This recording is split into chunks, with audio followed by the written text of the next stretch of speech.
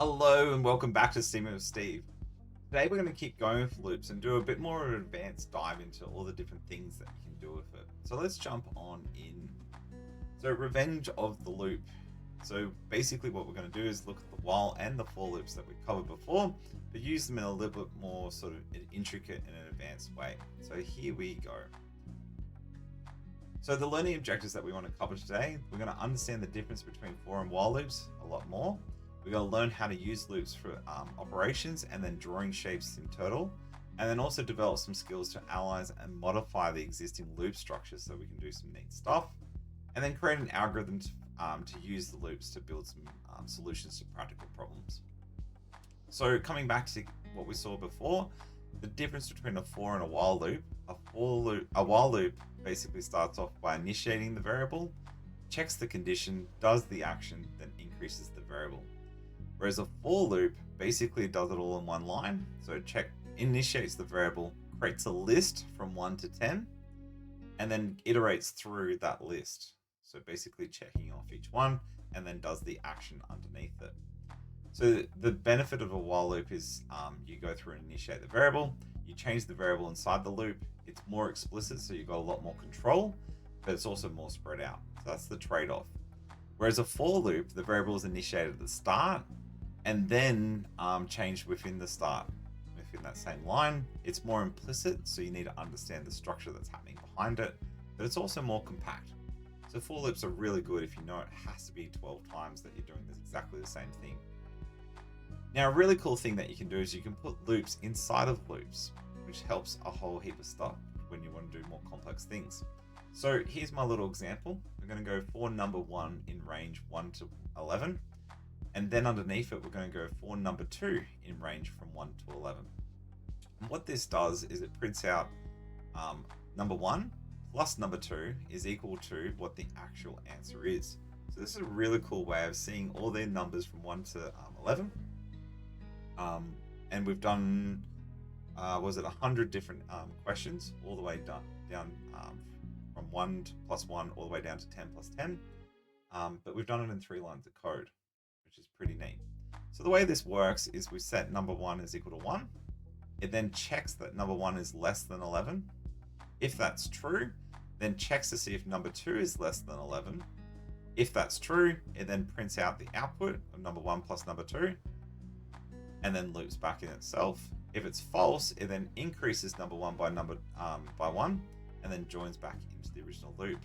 And then as soon as it's false, it exits out. So just to show you that in idle that it actually works, let's jump on in and actually code it. So I'm just going to do this in the interpreter. So we're going to go for num1 in range brackets 1, 11. Snaky byte for num2 in range 1, 11. Snaky byte print num1 quotation marks plus num2 comma equals quotation marks num1 plus num2. Enter. Done. How cool is that? So you can see that it's gone through and added 1 plus 1 all the way up to 10. Then it's incremented up to 2 for the first number. And then it's done 1, 2, 3, 4, 5, 6, 7, 8, 9, 10, all the way up to 10. Now the really cool part with this, if you've written this as a script, which I haven't unfortunately, see if this works. If you come back up here, change that to 20, and that's 20. It now does all of them, up to 20. Oh, sorry, 21 if you wanted to include 20. But that's pretty cool. And then that's a lot of work that's had to happen. But again, it's still only 3 lines of code, which is why doing nested loops is really, really cool. So have a challenge, see if you can do this by yourselves. Create a loop to show the times tables from 1 to 10. So 1 times 1 all the way up to 10 times 10. So pause the video, see if you can have a go and do it yourselves.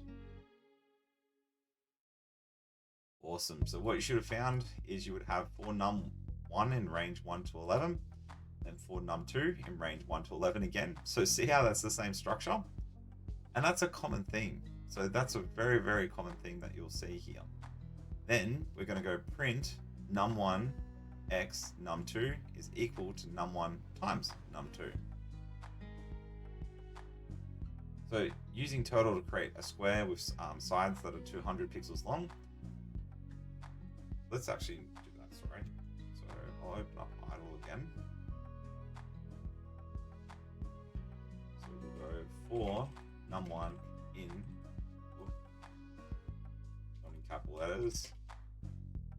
Very important that you don't do that. 1, 11, snaky byte, or num2 in range 1, 11, snaky byte, print num1 times num2 equals comma num1 asterisk num2, close the bracket, and we just build a little times table engine, which is pretty cool, isn't it? Awesome. So let's move on to the next bit. So basically I want you to try now to build a for loop with what we did originally in total, but we're going to basically build a square again with 200 pixels long, but this time around we're going to use the for loop. So I'm going to give you the original code just so you remember how total sort of looks like, and then this forces the work area to be 500 by 500, which is the screen, and then yeah, play around with that, see if you can get the for loop to do it instead of having to do the copy paste, which was what we did originally. So just pause the video, have a go yourselves. Awesome. So what you should have seen is you would have had added down the bottom basically a 4x in range 4 because you want that to happen 4 times, and then my total.forward 200 pixels, and then my total.left 90 degrees. So notice that those two commands are indented in because then it's clear what needs to happen. So just to show you that that actually works, we'll open up idle again. I won't actually create the script, we'll just type it straight away. So we'll go for import total, and then we're going to go work area equals total dot screen, and then we're going to go work. It's already built the screen, which is kind of cool. Area dot setup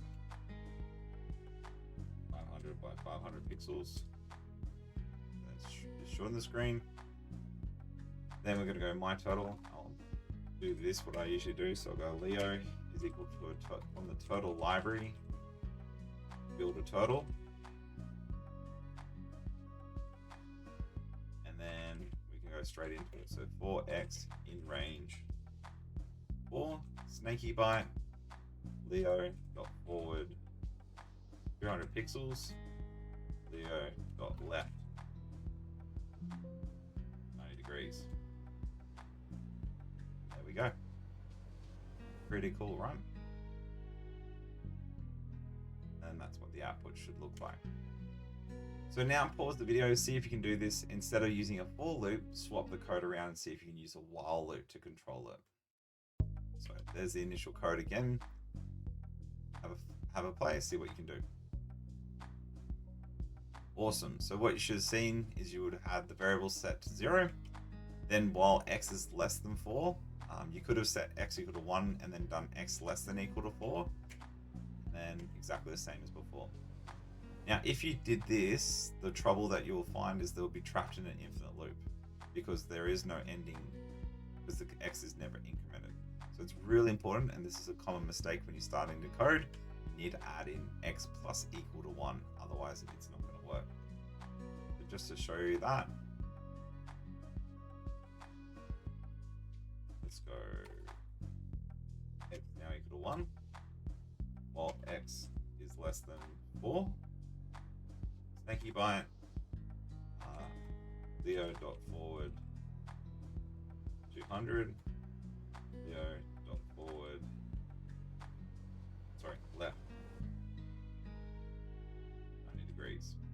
if I don't add in the incrementing, this is what happens. So see how it's trapped in an infinite loop? Because there's no way of exiting out of this. So the only way that you can actually exit, let's see if this actually works. Can't do it. So you actually have to close down the window. So what we can do is we can now copy and paste that in.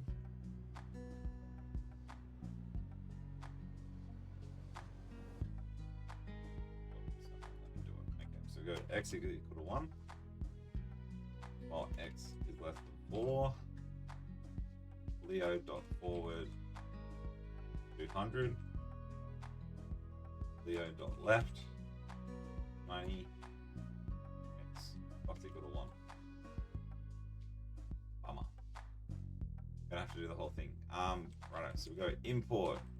Let's close this down and start again.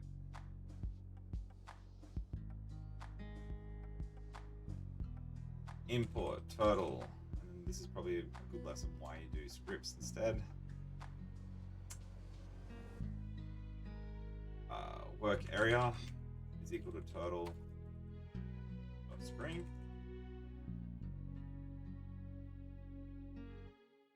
Work area dot setup, I think it was, yeah. 500 by 500, so that does a 500 pixel by 500 pixel. Leo equals turtle dot turtle, so that creates a turtle on the screen. Then we go x is equal to 0, while x is less than 4. Snaky byte, oh, I need bracket, sorry. Less than 4. Snaky byte. Leo dot forward 200 pixels. Leo dot left 90. X plus equal to 1.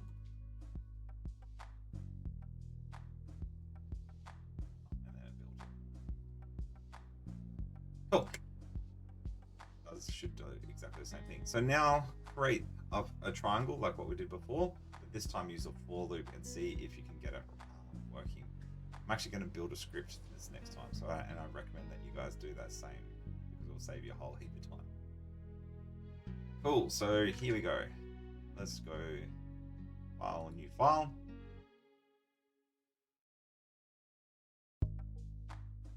And I should give you the original code there, so that should make it a bit easier. So we're going to go import turtle work area equals turtle dot screen work area dot setup 500 by 500. Then Leo equals turtle dot build me a turtle. Cool. So now I think it was a for loop we were meant to do. Yep. And because it's a triangle, a little bit of fun. So we'll go 4x in range. The triangle only has 3 sides. And then how far does the turtle need to go forward again? 150. So Leo dot forward 150. Leo dot left, because the triangle needs to go 120 degrees. For the math nerds out there, basically you do 360 divided by how many sides in the shape, and then that tells you how many degrees to turn around. So we're going to save that. Call it shape.python, and then let's run that. Cool. Worked. So for x in range 3, and then you got 150 pixels forward, and then left 120. So now we're going to do exactly the same, but we're going to change this to a while loop. We're just going to change this original code. We're going to go x is equal to 0, sorry. While x is less than 3, snaky byte, Leo dot forward 150, Leo dot left 120. And we've done this hubris before. X plus equal to 1, otherwise it will not exit that loop. Cool. Oh, I made that 15, sorry. So let's run that. And that's the benefit of writing as a script instead of trying to type it all in the interpreter. You can see what has to happen inside and change it if anything goes wrong. Now we're going to do a for loop for a hexagon. Same process as well. So 100 pixels, a for loop, and then you should pick up. Let's see if I can be really lazy. I'm going to go back a few.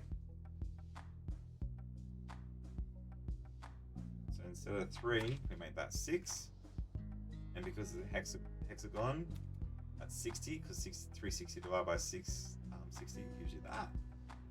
And then 100 pixels. Save that, and then we run it. Well, that didn't quite work. What did I do wrong? Went the wrong way around. Sorry. 100 pixels, 60 degrees that we want to turn. Awesome. Cool. So that's the for loop version. And then what you should see here, there should be a nice little pattern that you should be picking up. So for X in range 6, because there's 6 sides, my total.forward 100, my total.left 60. And then let's do the same in a while loop.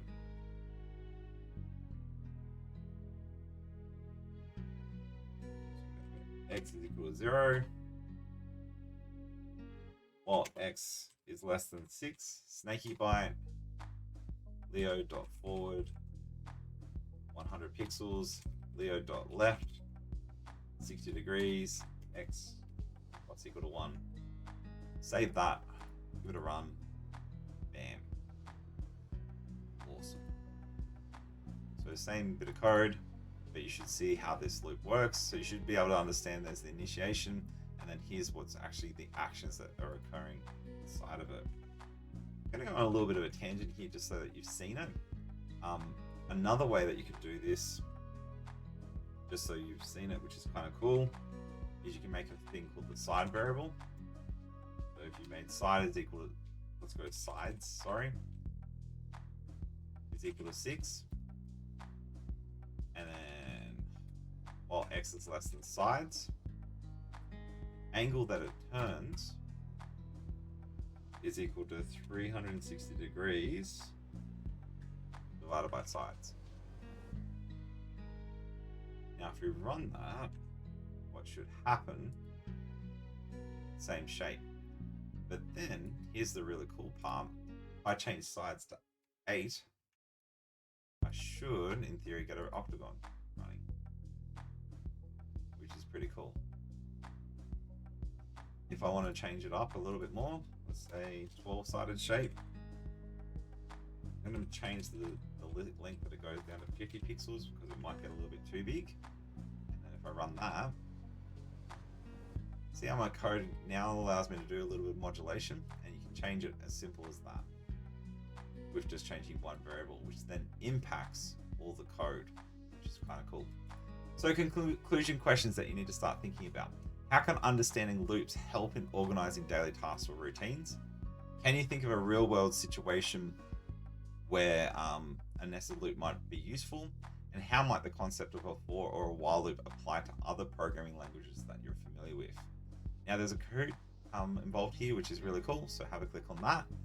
And there is also an hour of code, which was really cool, that went through fractals. So it shows you how to snowflakes sort of get formed, which gives you a really good insight into some of the different loops. So I advise having a click on the link below and having a go at that yourselves. So that's it for me with loops, with for loops and while loops. Hopefully you've learned something along the way there. I find that it's really useful using Turtle to sort of understand. You can play a little bit more with that and maybe even change the colors around. And there's a whole open world that you can sort of dive into with these different things. So if you enjoyed the video, please give me a like and subscribe down below. It does help with the YouTube algorithm. And yeah, see you next time on Steam with Steve. Adios.